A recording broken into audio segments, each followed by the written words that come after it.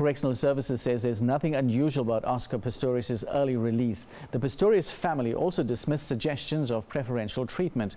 The Paralympian was released on Monday night, 12 hours earlier than scheduled, seemingly to avoid a media scrum at the prison.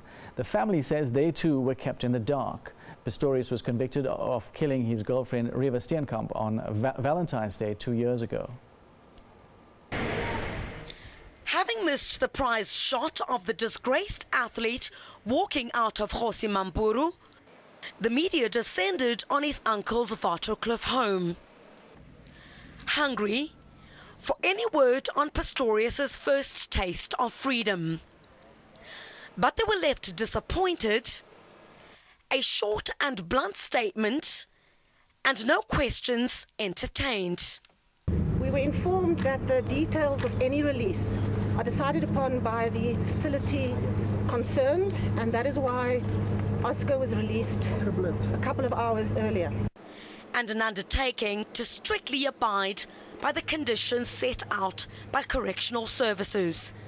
He's simply entering the next phase of his sentence now. He will serve this under the strict conditions that govern correctional supervision.